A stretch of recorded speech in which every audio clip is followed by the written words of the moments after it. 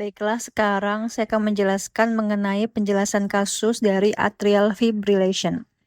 Nah, di sini yaitu vignette klinisnya seorang pria berusia 60 tahun. Keluhan utama adalah kontrol karena fibrilasi atrium persisten. Riwayatnya adalah persisten sesekali, toleransi olahraga menurun, AF ditata laksana dengan metoprolol atau kontrol laju selama 1 tahun, dosis ditingkatkan 3 bulan lalu menyebabkan pusing atau tidak toleran. Tanda vital tekanan darah 110/70 mm raksa, nadinya 105 kali per menit dan juga irreguler. Pemeriksaan penunjang yaitu ekokardiografi pembesaran atrium kiri, fraksi ejeksi 59% atau normal, tidak ada kelainan katup bermakna. Tata laksana yaitu melanjutkan metoprolol dosis sebelumnya ditambahkan digoxin. Follow up yaitu gejala membaik, nadinya itu adalah 84 kali per menit dan juga irreguler. Pertanyaan yaitu apa yang paling jelas menjelaskan efek digoxin terhadap denyut jantung pada pasien ini?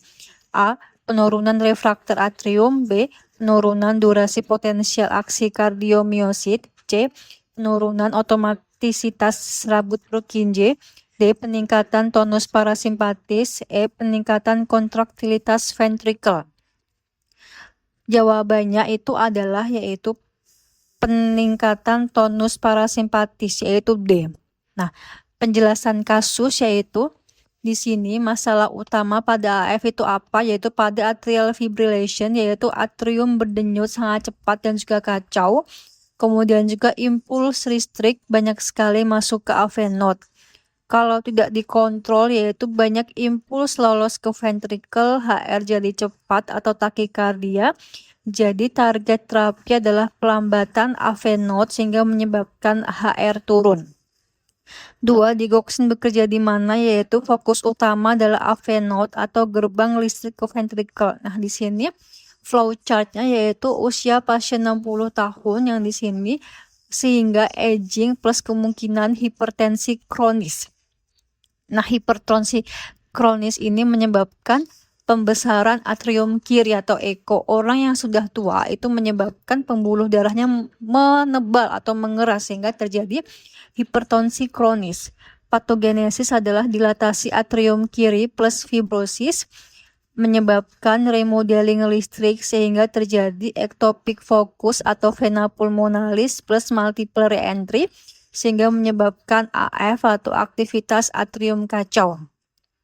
Patofisiologinya adalah impuls atrium sangat cepat yaitu 300-600, impuls membanjiri AV node. Nah, di sini itu ada sebagian yang lolos ke ventricle sehingga menyebabkan ventricle irregular, heart rate meningkat lebih yaitu 105 kali per menit pada pasien. Gejala adalah palpitasi dan juga exercise intolerance. Resiko itu menurunkan cardiac output dan juga stroke.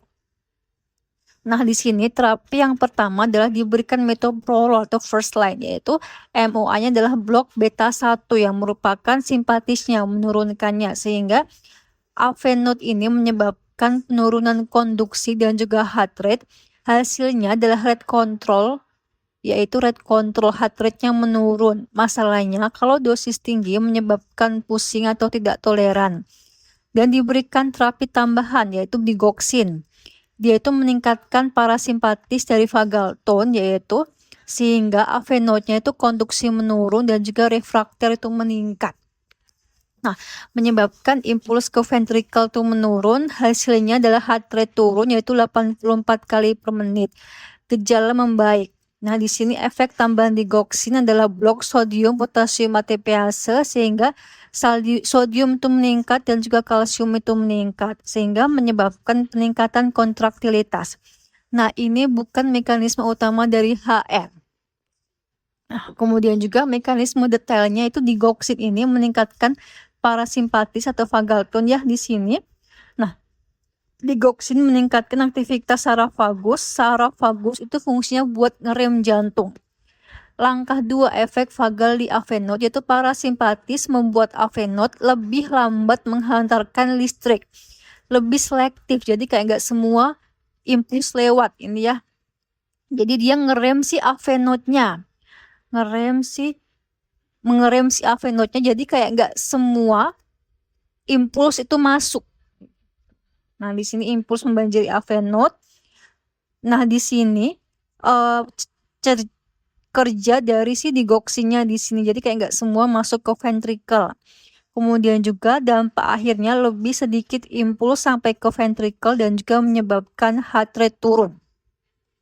Nah, ilustrasi sederhananya yaitu bayangkan saja atrium itu sama dengan mesin rusak nembak sinyal terus, kayak terus-terusan ditembak ya, karena banyak banget nih ektopik banyak fokusnya ektopiknya, sehingga firingnya juga banyak. Nah, tanpa obat ini satpamnya longgar, semua sinyal masuk, heart rate cepat. Nah, di sini ya karena banyak banget sehingga otomatis AV node-nya kewalahan dan firing banyak banget ke AV node dan dilanjutkan ke ventricle.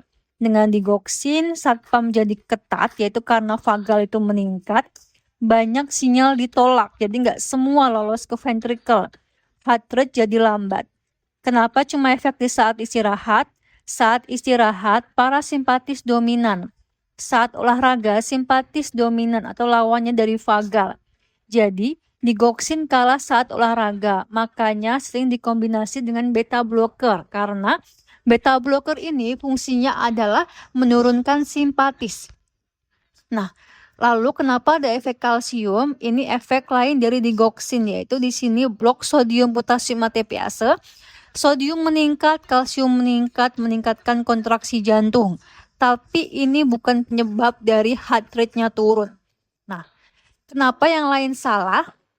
Nah, A dan juga B adalah atrial refractoriness, yaitu menurunkan AP duration. Efeknya sel atrium akan mudah menembak listrik. Ini bikin aritmia makin parah, bukan memperlambat heart rate-nya. Ini muncul saat digoxin toksik. C yaitu Purkinje automaticity menurun. Faktanya, digoxin malah meningkatkan automaticity. Bisa menyebabkan ventricular tachycardia. E yaitu kontraktilitas meningkat. Benar efeknya, jantung kontraksi lebih kuat, tapi tidak mengontrol HR, tidak bekerja di AV node. 7 ringkasan yang harus kamu ingat yaitu AF ini masalahnya terlalu banyak impuls ke ventricle. Solusinya adalah rem di AV node, digoxin yaitu meningkatkan vagal tone. Di sini AV node diperlambat dan juga heart rate turun.